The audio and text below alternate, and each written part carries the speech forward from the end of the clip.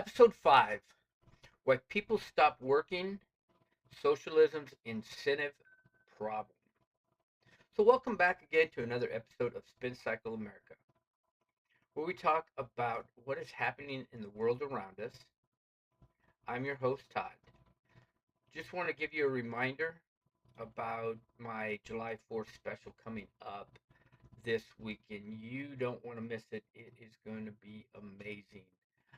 I'm going to talk all about the 250th year birthday of America and all about July 4th and everything. So it should be pretty good. So please make sure you tune in for that. So all right, let's go ahead and continue with the special on socialism in America. So again, welcome to day 5 on the series about the growing threat of socialism in America.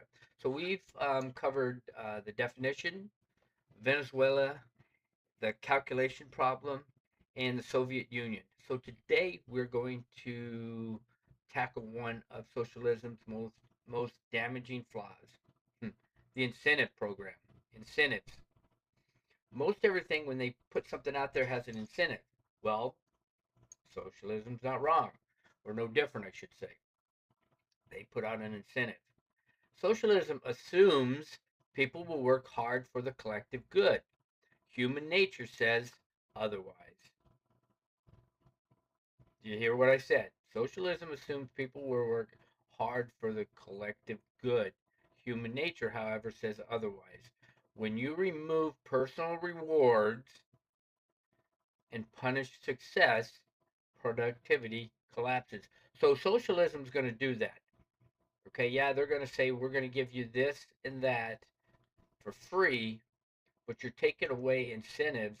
You're taking away uh, the ability to think on your own. To that if I was going to invent something, why should I? If you're not going to use it, if I'm not going to get rewarded for inventing a new item that's going to make my life or your life or everybody's life easier, why should I invent something for that? And that's basically what they're saying. Okay, so the theory versus reality is this here. So in free market, incentives are clear. Work hard, be inventive, take risks, higher profit equals higher profits, better life for you and your family. Failure has consequences, so resources move to better uses. So basically, that's exactly what I just said a few minutes ago. Okay, if you're going to work in a free market enterprise, which is what we are right now, okay, you invent something, you put it out there to the public likes it, you're going to get paid for it, you're gonna reap the rewards for it, and you're gonna get the benefits for it. So is your family, and it might get residual income. So things that are going to go on and on and on and on, even after you're dead, or if you pass on, your family might receive that too as well. Okay. Now, socialism flips this though. Okay. The state owns the means of production. They take that away from you. Wages are often fixed or equalized. That means if I'm making $10 an hour, that means everybody's making $10 an hour. States now are raising minimum wage, so if everybody's making minimum wage $20 an hour, that's it across the board. $20 an hour, everybody's making $20 an hour. Okay, regardless. If I invent something and I put it out there, the government takes it. It's his. It's theirs. Okay, profits are seized or heavily taxed. Okay, so why bust your butt or your back or invest something or invent something new if the government takes most of the reward? So why invent something? Why would you want to spend your time and money to make the government look good? Because they're just going to take it, or they're going to tax the heck out of you. You're not going to get any reward out of it. Your family's not going to reap any benefits when you pass on. It's just going to say, yep, we got it. And the government's going to put their name on it. They're going to tag it, and it's going to be theirs.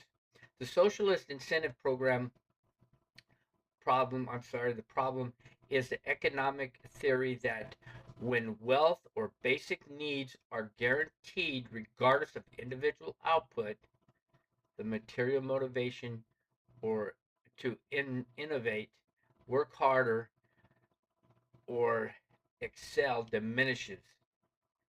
So when they take all that stuff away, it's gone. It diminishes. Why work? Why am I going to work for you? I'm not going to do. I'm going to sit home and get fat and lazy and not do a dang thing for anybody. I'm not going to do anything. Why should I? I'm not going to invent anything. I'm just going to sit here and collect money because I'm going to get the same thing that my neighbor who just invented, I don't know, whatever, okay? Without the direct link between personal effort and financial rewards, productivity can stagnate. There you go. Mrs. And other economists warned about this decades ago. They told us about this a long time ago. Without strong property rights and market rewards, people respond rationally. They do the minimum. People are going to do the minimum. If I'm going to work and get the same amount that you're going to get, why should I bust my butt? I'm going to work and get the minimum. I'm going to work just whatever I have to get by. So I am not the bearer of bad news or wanting to state the obvious, but don't we see this going on now? People or groups of people not wanting to work, they're just wanting to get a free life. They just want life for free. They just want the free ride. They want all this stuff. You see it when everybody holding these signs up, pay us for reparations. Oh, I'm not paying anything for reparations. I'm not doing any of that stuff. Work for it. I don't want to get religious here on anyone right now, but I am going to state this. The Bible teaches us that believers should work hard and earn their living to support themselves. Scriptures like theologians directly states that if anyone is not willing to work, let him not eat. While Colossians also commands working heartily as serving God. Don't believe me? Look it up. Okay, so it states it in the Bible, but yet you have religious people and stuff like that stating completely the opposite. So is this then, or could this be the reason people are leaning towards socialism? Maybe, maybe not. It's a theory. It's my theory. Maybe that's other people's theory too. Because in socialism, everybody works the same amount. They don't have to put in so much time, maybe not as long hours. They all get paid the same. They don't have to stress. Nobody's sweating. Maybe we are as a society really need to try to understand what socialism is. I mean, do you know what it is? Many young people don't have an idea what socialism is or how it has failed in the past. In other words, how other countries have failed.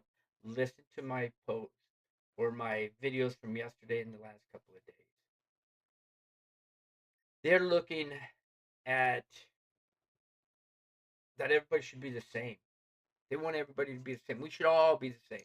That's basically what the younger generation is. Some of them are. I'm not saying everybody, so don't throw rocks at me. But a lot of people are doing that. I mean, I don't know why. I don't get it.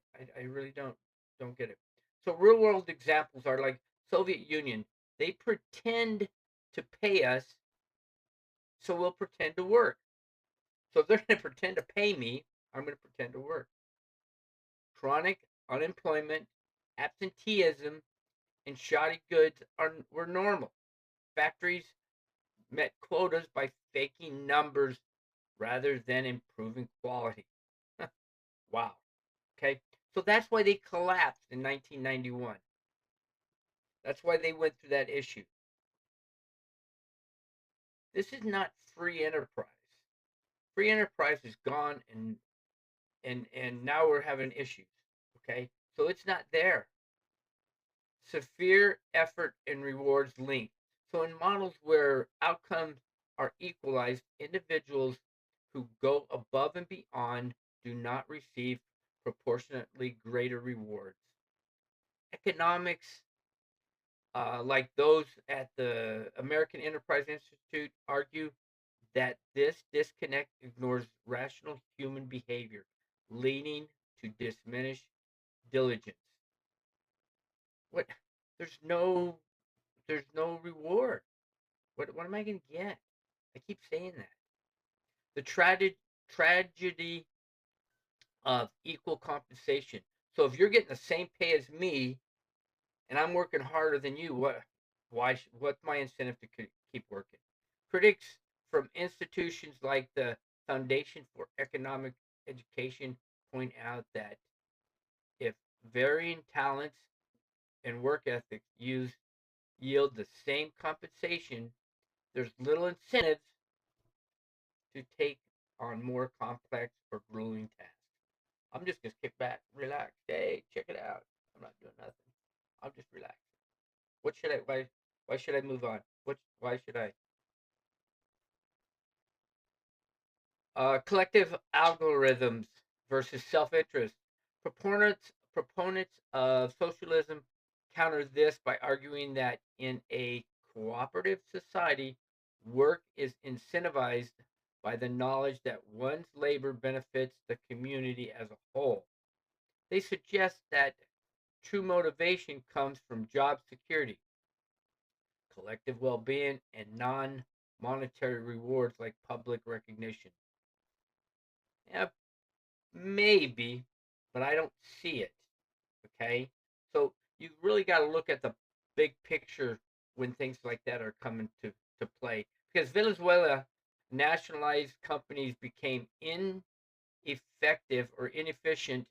Skilled workers fled. They fled the country. Corruption thrived because loyalty to the regime mattered more than competence. Wow, let that sink in for a little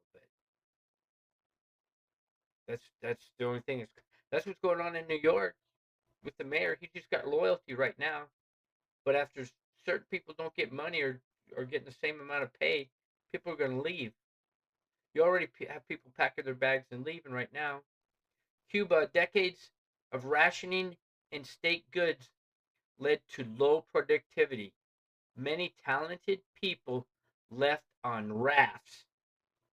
Okay, I'm going to say that again. Many talented people left on rafts. They left the country on rafts. This influx of refugees flooding into Americas. That's what that's where it came from. You saw it. Florida boomed because of that. Even milder versions show the same pattern. High taxes and redistribution can discourage work, investment, or enterprise, entrepreneurship. Studies link socialism to slower growth, partly because of these weaknesses in incentives, weakened incentives.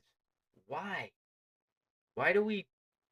Why are we persistent to not look at our history and go back to history? History, yeah, I hear it from a lot of people.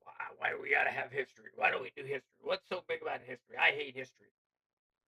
Well, history teaches us so we don't repeat. That's the main reason behind history. We don't want to repeat what just happened. Why this threatens America? Well, let me tell you. When politicians push heavy redistribution, free services paid by others, or demonize profit, they erode the incentives that built American prosperity. Okay, so that's what built America. I mean, come on, look at it. Everybody, you know, I need to calm down here a little bit because I see it all the time and I hear it all the time on X. One cultures on X saying, our culture is the one that built America. No, our culture built America. No, our culture built America. Every culture, when you're walking down the street, everybody that you walk by, their culture helped build America. Not no single culture built America. Everybody did. Every culture that you see walking past you invented something that's making your life better today. I don't care if you're black, white, green, Caucasian, Oriental, whatever it is, they all invented something that's making your life easier. Get over it, grow up, and start smelling the roses for a change. Holy cow. Let me relax just a minute. Innovation slows bright people leave or stop trying. You want those people that you see every day on X or on Facebook or whatever to stop trying? Dependency grows. We already see warning signs in high tax jurisdictions, or overrated or overregulated sectors, as well as people leaving New York City. Why should they stick around and get taxed because they have money? Just because. Stop getting upset because somebody else has more money than you. It states in the Bible. Okay? It's one of the commandments. Don't get upset because somebody else has more stuff than you do. They worked harder than you did, and they got it. They earned it. Let them keep it. If they have more money than you, then that means they're just in a higher tax bracket. Tax them accordingly. That's all there is to it. Just tax them accordingly. Don't overtax them.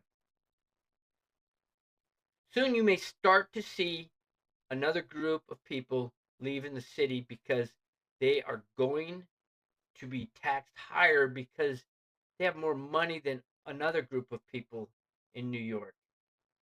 You saw this, you hear this. Okay, the mayor's already stated this. New York's going to turn into a ghost town. Stop it. Grow up, people. We're all one people. We're Americans. Be American first. Support America first. Buy America first.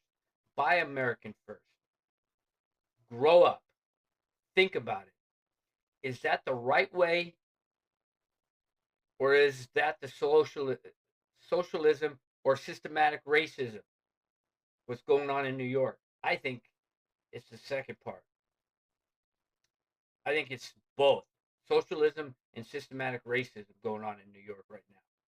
And that's sad. Real sad. Go ahead and answer that question for me. Capitalism isn't perfect. I'm telling you right now. It's far from perfect. It's got flaws. It has booms, busts, and inequality. Don't get me wrong there. There's racism going through the United States, and it boomed starting right around 2004. It just freaking, for some reason, it flipped on its head, and MLK is probably rolling over in his grave, and I'm sorry about that. But my gosh, people. But it channels self-interest into social benefits far better than central planning does. People, it's time to grow up and start thinking about it. So, in conclusion, socialism fails because it fights human nature instead of working with it. Remove rewards for excellence, and you get mediocrity, and decline. So, in my next episode, we're going to go ahead and look at another major example of human stories from these regimes. So, comment, have you seen incentives matter in your own work or business? Subscribe and share. Hit that little bell so you don't miss any more or any episodes as well to this series if it's an eye opener. And again, thanks for watching day 5. I'll see you on the next episode of Spin Cycle America, and you all have an outstanding day.